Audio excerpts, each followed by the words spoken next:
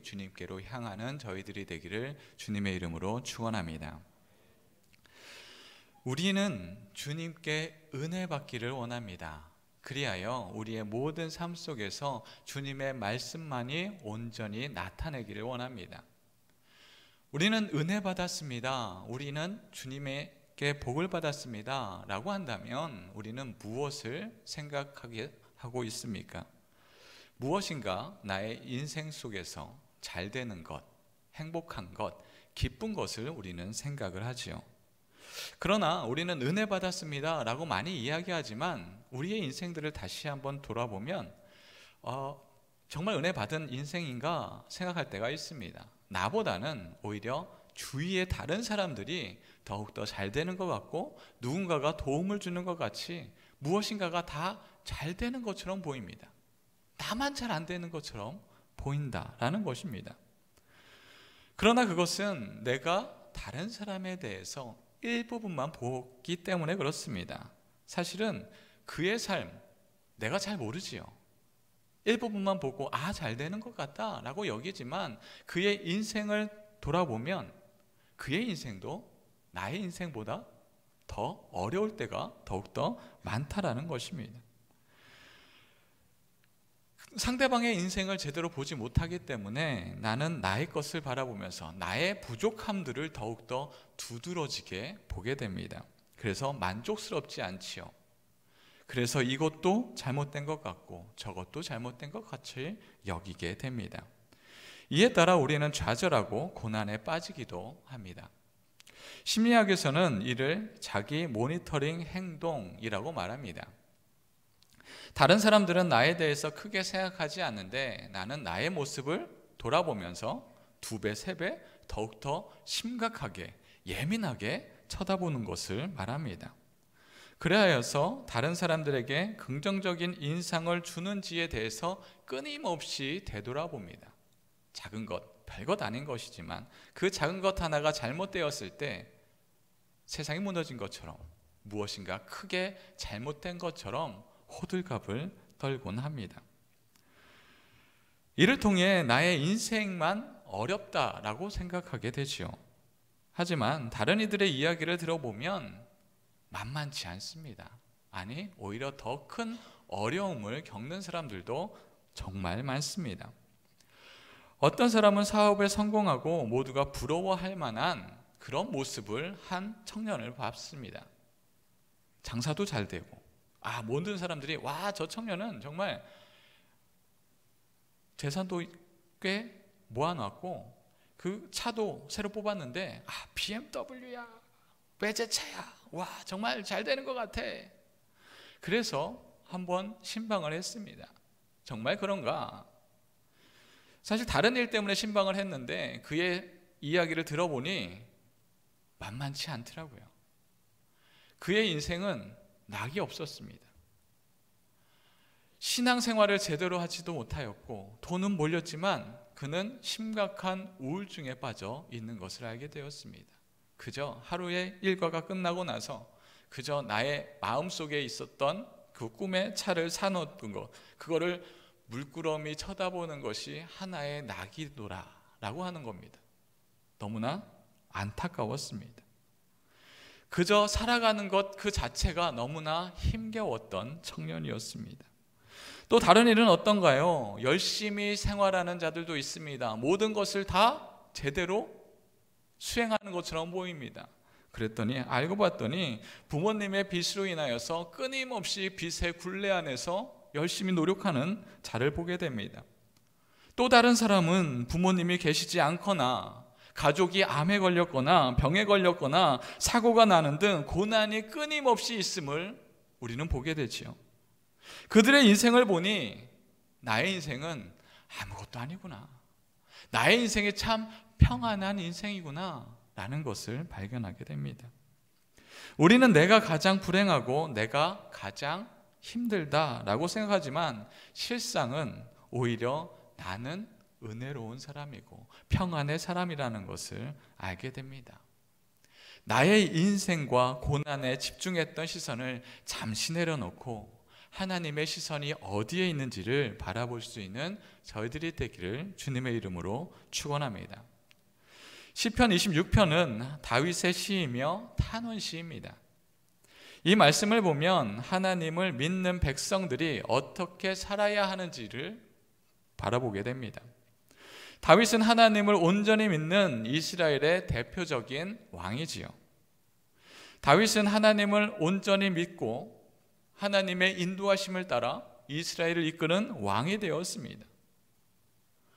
여전히 왕이 되었음에도 불구하고 교만하지 않고 하나님의 말씀을 순종함으로 따랐습니다. 그의 고백이 바로 시편 26편 말씀입니다.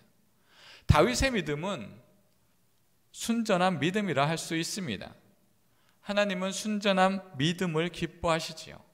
어떠한 큰 능력이 있는 자보다 순전한 믿음으로 살아가는 자를 하나님은 주목하시고 사용하십니다. 순전함은 무엇을 말합니까? 순전함은 불순물이 섞이지 않은 것을 말하지요. 모든 금을 다 순금이라고 이야기하지 않는 것과 같습니다. 불순물이 섞이면 순금이라고 이야기하지 않습니다. 18K 혹은 14K가 되지요. 순금은 영원 불변의 성격을 가지고 있어 보통 자연 그대로를 내버려 두면 순금은 변하지 않습니다. 그죠? 그래서 신라의 순금 왕관이나 이런 것들은 변하지 않아서 그대로 출토되기도 합니다. 그러나 다른 것들은 시간의 흐름에 따라 부식되고 사가지게 됩니다. 이와 같이 우리의 믿음은 어떠해야 될까요? 시간이 지남에 따라 우리의 신앙이 사가지고 작아지고 없어지는 것이 아니라 온전한 믿음, 순전한 믿음을 통하여서 주님이 주시는 큰 은혜, 주님이 주시는 그 말씀대로 살아가는 저희들이 되어야 하겠습니다. 다윗은 고난의 시기에 하나님을 찾음으로 신앙을 지켰습니다. 오늘의 말씀 1절 2절 말씀입니다. 내가 나의 완전함에 행하여 싸우며 흔들리지 아니하고 여호와를 의지하여 싸우니 여호와여 나를 판단하소서. 여호와여 나를 살피시고 시험하사 내 뜻과 내 양심을 단련하소서. 다윗은 하나님의 선택하심으로 이스라엘 민족을 이끄는 왕이 되었고 지금까지도 이스라엘 역사 속에 가장 위대한 왕을 이야기하자고 한다면 다윗 왕을 이야기합니다. 하나님이 함께 하심으로 그의 삶, 그의 인생이 비단길을 걷는 것처럼 우리는 생각할 수 있습니다. 그러나 다윗의 인생을 돌아본다면 바람의 길이 종잡을 수 없듯 이리저리 흩날리는 것처럼 그의 삶은 시시각각 조여오는 추격자의 모습처럼 위태로움과 위험, 두려움의 연속이었습니다. 이스라엘의 전쟁의 패배의 그림자가 드리울 때 이 소년 다윗은 골리앗을 물리치며 사람들에게 인정을 받습니다. 하지만 왕의 시기와 질투를 통하여서 위험에 처하게 됩니다. 다윗은 골리앗을 무찔렀다고 하여 교만하지도 않았습니다. 그냥 사람들이 찬양할 뿐입니다. 사울은 천천히요, 다윗은 만만히로다. 다윗이 사람들 앞에 내가 골리앗을 물리쳤다, 나와 같이 대단한 사람이 있는가? 라고 이야기하지 않습니다. 아니, 다윗이 조금 어깨에 힘을 줬다 하기로서니 전쟁의 영웅인데 이스라엘을 고난에서 일으켜낸 사람인데 그 정도는 눈 감아줄 수 있지 않겠습니까? 그러나 사울의 질투심에 자비는 없습니다. 사울은 시시때때로 목숨을 위협합니다. 사울이 악한 영에 잡혀 있어서 어려움에 처해 있을 때도 다윗은 악기 연주를 통하여서 악귀를 누그러뜨리는 도움을 주었는데 오히려 나온 것은 다윗을 죽이려고 하는 창을 던지는 것이었습니다. 다윗은 억울하고 한탄이 저절로 나오는 상황과 여건 속에 공의로운 하나님이 판단하시기를 간청합니다. 다윗은 이해할 수 없는 어려움 속에 있을지라도 신앙의 모습을 버리지 않습니다. 우리는 때때로 찾아오는 이해하기 어려운 상황 속에 절망하며 한탄할 때가 있습니다. 다른 사람들을 찾아가 나의 무지함을 밝히기도 하지요. 억울함을 토로하기도 합니다. 그러나 다윗은 하나님을 찾아갑니다. 다윗은 주님만이 우리의 삶을 공평히 판단하심을, 재판장이심을 알기 때문입니다. 혹시 우리는 지금 잠깐 어려움이 온다고 하여 모든 것이 끝난 것처럼 여기고 있지는 않습니까? 지금 내가 고난에 빠진 것은 하나님의 심판을 받는 것은 아닌가? 내가 아무리 열심히 해도 잘 되지 않는 것 보니 나는 정말 안 되는 사람인 건가 봐. 때론 이러한 상황들과 여건들 때문에 내 마음에 병이 들기도 합니다. 화병에 들기도 하지요. 다윗은 더 심합니다. 이런 어렵고 힘든 상황 속에서 나는 왜 이렇게 살아가는가? 나는 왜 이렇게 큰 고난이 있는가? 한탄하지 않습니다. 하나님께 맡깁니다. 하나님을 찾습니다. 우리는 무엇을 찾아야 하겠습니까? 온전히 하나님을 바라보며 주님이 어떻게 이끄시는지를 기다리며 찾아가기를 소원합니다. 하나님은 시험을 통하여서 우리를 단련하십니다. 오늘 말씀 2절 3절 말씀입니다. 여호와여 나를 살피시고 시험하사 내 뜻과 내 양심을 단련하소서. 주의 인자하심이 내 목전에 있나이다. 내가 주의 진리 중에 행하여. 다윗은 고난으로 믿음의 시험을 당할지라도 그의 믿음이 흔들리지는 않습니다. 순전함으로 하나님께 나아가지요. 하나님은 백성들의 믿음이 갈대와 같이 흔들리는 것을 원하지 않습니다. 오히려 흔들리는 것보다 주님의 신실함으로 나아가기를 원하십니다. 하나님은 믿음의 사람들에게 고난을 허락하시고 연단을 통하여 하나님의 백성으로 살기를 원하십니다. 이스라엘 백성이 출애굽하여 광야에서 40년 길을 걷는 이유는 이스라엘 백성이 불신앙을 통하여서 나아가는 것도 있겠으나 더욱더 큰 것은 하나님의 백성의 모습으로 살아가기 위함입니다. 신명기 8장 2절로 3절 말씀입니다. 내 하나님 여호와께서 이 40년 동안에 내게 광야길을 걷게 하신 것을 기억하라. 이는 너를 낮추시며 너를 시험하사 내 마음이 어떠한지 그 명령을 지키는지 지키지 않는지 알려 하심이라.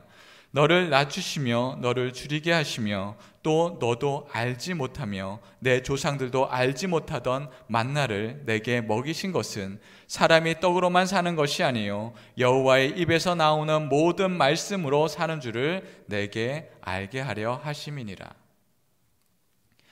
하나님의 백성들은 여호와 하나님 입에서 나오는 말씀으로 살아야 합니다. 주님이 주시는 은혜와 말씀이 아닌 다른 말씀, 다른 계획, 다른 능력으로 살아가게 되면 그는 하나님의 백성으로 살아갈 수 없습니다. 하나님은 믿음의 사람들을 훈련시키심을 통하여서 하나님의 자녀가 되게 하십니다. 하나님의 자녀를 그저 기쁜 것과 즐거운 것만 나아가지 않습니다. 때로는 징계하시고 때로는 회초리를 들으며 그의 자녀들을 주님의 백성으로 만드십니다. 히브리서 12장 5절 6절 말씀입니다. 또 아들들에게 권하는 것 같이 너희에게 권면하신 말씀도 잊었도다. 일렀을 때 내 아들아 주의 징계하심을 경히 여기지 말며 그에게 꾸지람을 받을 때에 낙심하지 말라. 주께서 그 사랑하는 자를 징계하시고 그가 받아들이시는 아들마다 책찍질 하심이라 하였으니. 우리의 삶 속에 연단의 시간을 겪고 있습니까? 지금의 어려움은 우리를 쓰러뜨리고 넘어뜨리고 절망케 하는 어려움이 아닙니다. 지금의 이 시간은 우리의 믿음을 더욱더 단단하게 만들고 순전한 믿음으로 주님께 가기 위한 연단의 시간입니다. 우리가 시험이 오고 고난이 와도 절망에 들지 않는 것은 우리를 통하여서 하나님은 아들 삼으시고 구원의 길을 열어주셨기 때문입니다. 군대에서 훈련을 하다 보면 맨 마지막에는 행군을 하게 됩니다. 40km의 군장, 총, 그리고 40km의 그 행군의 거리를 쉬지 않고 가게 되지요. 두 줄을 서서, 길의 양쪽에 두 줄을 서서 쭉 가게 됩니다. 두 줄을 서서 계속 똑같은 길을 속도로 가게 되면 참 좋으련만 그렇지 않지요. 때로는 빨라지고 때로는 느려지고 합니다. 앞에 사람들은 사실은 비슷한 속력으로 가게 됩니다. 그러나 맨 뒤에 사람들은 천천히 갔다가 갑자기 달려갔다가 천천히 갔다가 달려감을 반복합니다. 그 이유는 중간에서 일정한 속력을 맞추지 못했기 때문입니다. 그렇게 되다 보면 뒤에 사람들은 힘들어 지쳐서 낙오하게 됩니다. 또한 행군을 하다 보면 갑자기 행군이 멈출 때가 있습니다. 전체가 딱 멈출 때는 10중 8구는 이런 경우입니다. 누군가가 논두렁에 빠졌을 때입니다. 시골길을 가다 보면 논 옆으로 지나가게 됩니다. 그러나 이게 몇 시간, 5시간, 6시간 계속 걷다 보면 똑바른 정신으로 갈 수가 없고 너무나 피곤합니다. 이렇게 절반 정도 자는 느낌으로 앞 사람만 바라보며 가다 보다가 길이 조금 틀어지고 있는데 그것을 인지하지 못하고 계속 앞으로 가다가 떨어지게 되는 것이지요. 피곤을 이기지 못하고 떨어진 것을 보고 전체가 다 스톱하고 그 군사를 올려낸 이후에 다시금 나아가게 됩니다. 너무나 힘들어서 많은 사람들은 행군을 싫어하기도 합니다. 그러나 저는 사실 행군을 싫어하지 않았습니다. 왜냐하면 철조망 안에, 부대 안에만 있는 것이 너무나 답답했기에 오히려 조금 오래 걷더라도 외부에 나갔다라는 그런 마음이 오히려 저를 기쁘게 하였습니다. 행군하는 요령은 다른 것이 없습니다. 내가 제일 먼저 1등 해야지 하지 않습니다. 그러면 오히려 큰일 나지요. 하염없이 앞사람의 발 뒤꿈치만 보고 계속 같은 속도로 걷기만 하면 됩니다. 쉬지 않고 끊임없이 같은 속력으로 걷다 보면 그 끝이 다다르게 됩니다. 그러면 완주하게 되면 모든 부대원들이 함께 끝냈다라는 성취감으로 다가옵니다. 우리의 신앙도 기와 같습니다. 나 혼자 열심히 달려가는 믿음이 아니지요. 앞사람의 발 뒤꿈치만 보고 걸어가듯이 하나님의 말씀만을 바라보며 우리가 할 것을 묵묵히 하는 것입니다.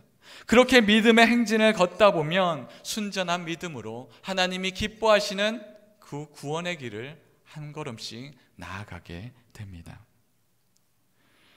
나의 신앙의 여정 속에 내가 우선시되는 것이 아니라 하나님의 손을 바라보며 하나님의 말씀을 바라보며 순전함으로 나아가길 원합니다.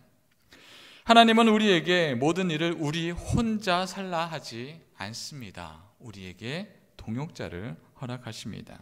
오늘 말씀 7절 8절 말씀입니다. 감사의 소리를 들려주고 주의 기이한 모든 일을 말하리이다. 여호와여, 내가 주께서 계신 집과 주의 영광이 머무는 것을 사랑하오니.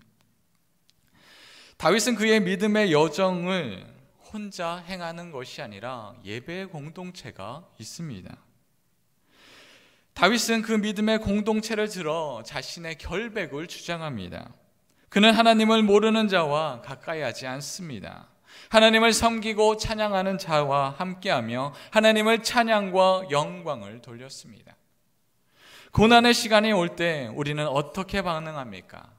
나 혼자만의 동굴에 들어가 이 어려움이 지나갈 때까지 그저 숨어 있지는 않습니까? 다윗은 신앙의 공동체를 찾았습니다. 신앙을 함께하는 자들이 있었습니다.